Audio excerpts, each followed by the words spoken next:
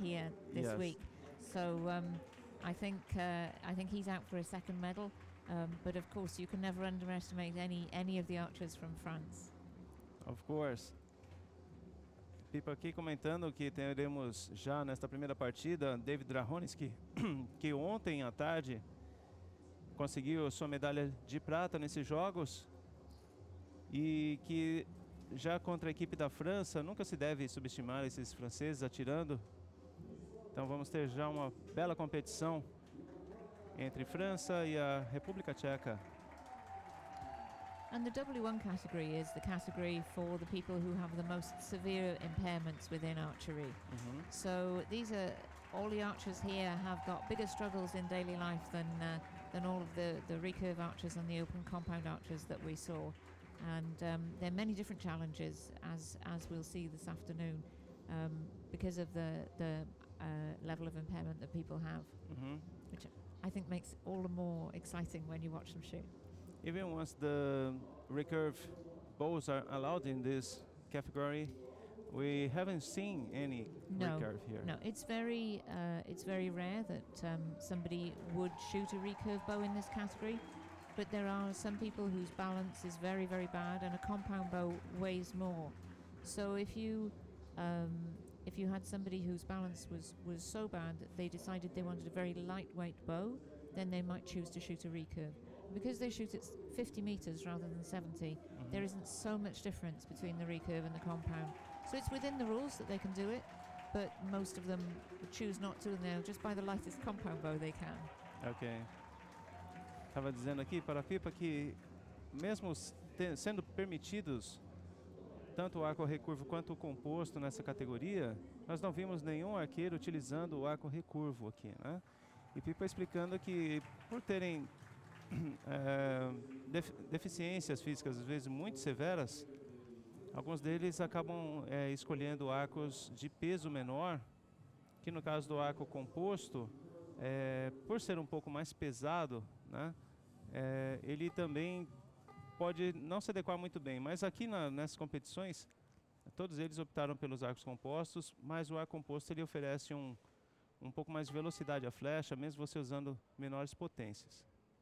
E vamos começar a competição.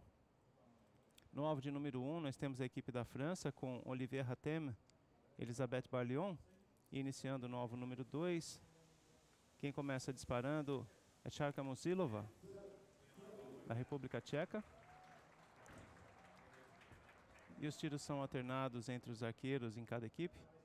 Uma vez que a arqueira da República Tcheca dispara sua flecha, ela levanta o braço, dando sua vez ao seu companheiro, que agora quem vai disparar, David Drahoninski, já medalhista nesses jogos. It's a good start from David. You may notice that David has some straps on his body, and some of the other archers don't. So that's something that he's allowed from for his condition, for his classification, to make sure he's safe in his wheelchair. But if he was able to sit without falling in his wheelchair, he would not be allowed to have them. So the type of equipment they have varies according to the level of the impairment. Ok. Pipa explicando que o David Drahoninski, por exemplo, está amarrado à sua cadeira de rodas, utilizando ali cintas ao redor do seu tronco. Já com 2 flechas disparadas também a equipe da França, 14 pontos, 2 pontos atrás da República Tcheca. E agora de volta aos arqueiros da República Tcheca. Charka Musilova é que vai disparar a terceira flecha desta série. Lembrando que os disparos são feitos 4 flechas por equipe e serão 4 séries. Então o arqueiro que obtiver maior pontuação ao final de 16 flechas, a equipe que obtiver mais pontos ao final de 16 flechas é a vencedora.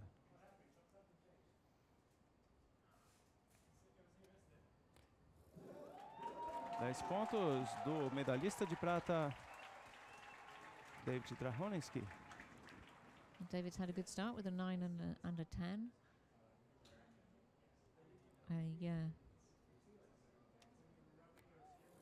I think probably Czech Republic on paper would look like the stronger team, but you never can tell.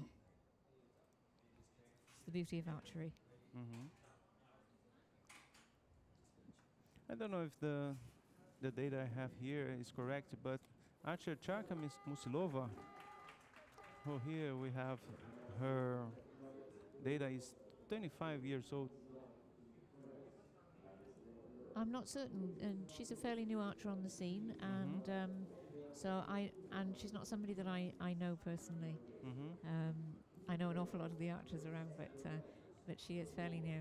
I think it's quite interesting, both couples here. We have one left-handed archer and one right-handed archer, and for the one team they've chosen to sit facing each other, and the other team are facing back to back. Yeah, that's interesting.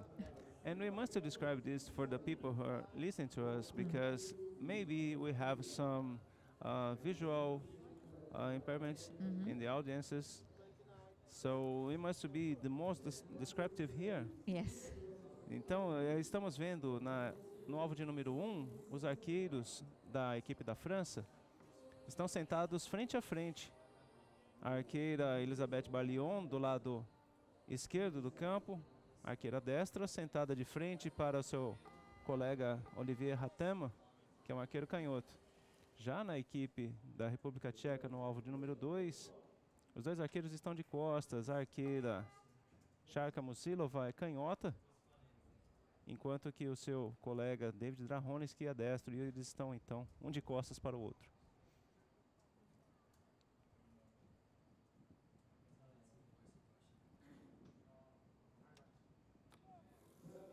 Only 1 point in it at the end of the first end. Yes.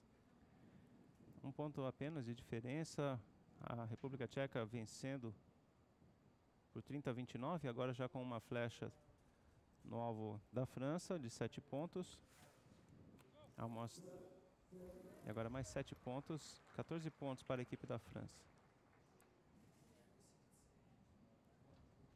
Olivier Ratema almost released. Yes, almost. We call this twitching. Twitching.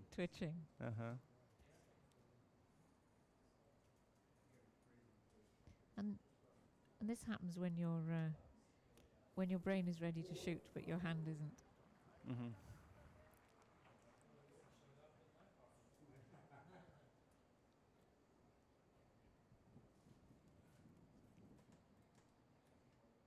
4 pontos na primeira flecha, disse Charka Musilova. E agora David Drahoneski marcando 8 pontos. And the wind is strong. The wind is strong this afternoon, which won't help these archers. And they're limited in poundage as well. They're not allowed to shoot as higher poundage as the open compounds. And the reason for that is because physically some of the group will not be able to. So in order to make it fair, the poundage is limited to a maximum of 45 pounds, which is still quite a lot, I think. Yes, I believe so. Not for the recurve, who choose to shoot a recurve ball. But with a compound, it's a little different. But yes, so for most archers, they will try and get to around 40. But for the open compounds, that's a very small poundage. Sim, aqui nessa categoria W1, os arqueiros atiram com uma potência relativamente menor do que é permitido no composto aberto, que é limitado ao máximo de 60 libras. Na categoria W1, ela é limitada a no máximo 45 libras, uma vez que os arqueiros que disparam nessa categoria muitas vezes têm imparidades físicas maiores, então para tornar um pouco mais equilibrado, eles ficam limitados a uma potência menor.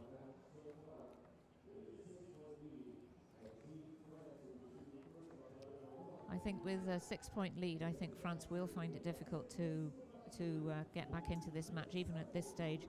But again, you know, with the remaining arrows to shoot, another 2 ends to shoot, then it's never over. Elisabeth Barlian shot one 1-point arrow. Yes. That makes a big difference. Yes. And she will learn a huge amount from this tournament. It's her first, I think, major tournament, certainly first Paralympic Games, I'm sure. And I think she's going to learn a great deal from performing in front of this crowd today. We've got a lovely crowd of people here as well, haven't we? And the teams have already matched before. No. Have the team was maybe shot against each other. What a time to have a first match in Paralympic Games. Not in Paralympic Games, probably. I don't know here that. I just know here that the team of Czech Republic have beaten France, but in an international, in another international competition. I mean, Oh, that's a shame. That is a shame, and it's really difficult out there. You know, you feel so nervous. In a team round, sometimes you get more nervous because you don't want to let your teammate down, and it affects different people in different ways. Some people will then they will only shoot tens because they determined not to let their partner down. Others are worried that they might, and so they don't shoot well. And that all depends on the kind of person you are and how much training you've done mentally as well, and how much experience you have. And Elisabeth Barlion is now changing her bow for the spare one. Maybe she has a problem. Yes.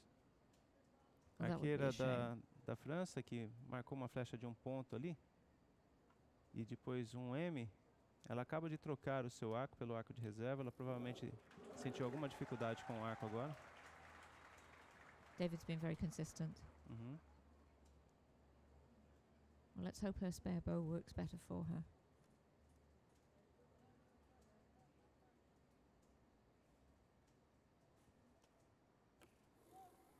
Nice shot. Yeah. 6 points. That's definite improvement for her.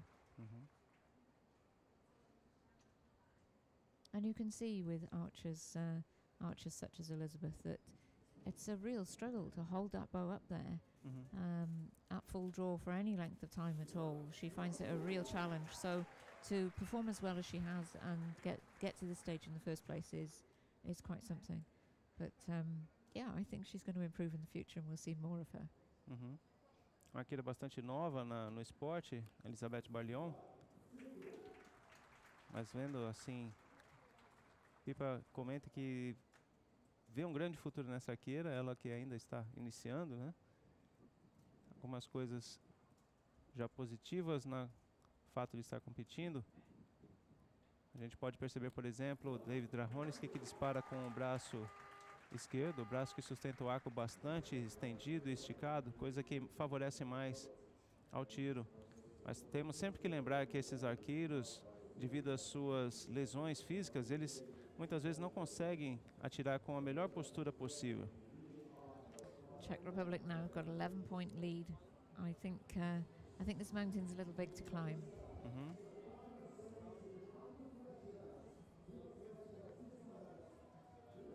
But we all learn from these experiences and we move on. At Tokyo, 4 years' time, she's going to be that much more experienced, and who knows, we may see the French team on the podium there.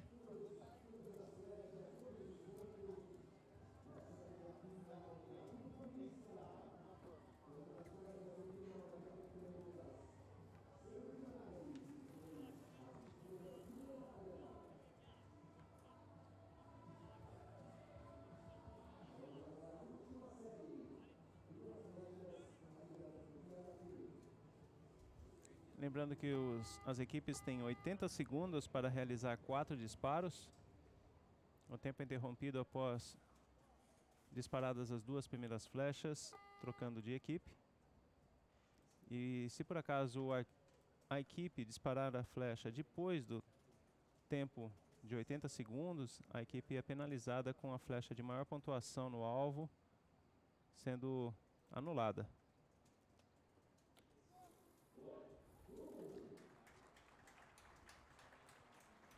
I thought that looked like it was a better shot, so I think maybe she needs to adjust her sight. And these archers have the limitation equipment. They cannot use magnifying lenses on the scopes. No, and no peep sights. And no peep sight. And that's because if somebody decided to shoot a recurve bow, they couldn't have a peep sight or a magnifying scope. And so, in order to make it fair, that's the system. So they have a unique class. They also shoot at a full size 10 zone scoring target face, which the compounds don't. The compounds shoot on it only goes out to the 6. So this means that, for example, we've seen an archer here get a 4 and somebody get a 1, and so these would be recorded as misses. Yes. And you can see from these archers how difficult it is for them to aim, particularly if it's windy. So it's much better that they can score a 4 than score nothing at all. Os arqueiros que têm seus equipamentos no arco composto um pouco diferente. Oh, great shot. Sim. Muito bom tiro agora da Elizabeth Barlion. Na categoria W1, o arco composto é permitido, mas 2 acessórios não são. Por exemplo, o uso de lentes de aumento nas suas miras e nem o uso do pip sight, que seria a parte traseira da mira, onde fica preso a corda do arco, por onde o arqueiro olha através e faz o alinhamento da parte traseira com a parte frontal da mira. Isso porque também no arco recurvo não é permitido. Então, para que seja feito, mesmo utilizando os recursos mecânicos do arco composto, que ele tenha uma similaridade com o arco recurvo. Last arrow for the Czech Republic now. Mr. David Rahoniski. We'll use all his experience. Of course, we had a lovely story with David yesterday, didn't we? Where he not only got a silver medal, but he got himself a fiancée as well by proposing on the archery field. Victory for Czech Republic.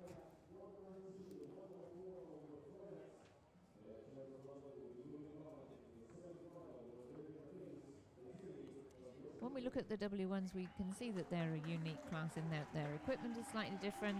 Obviously, you can't always tell when you look at somebody what their impairment level is, but then you can tell from the target face because they have the full-size target face.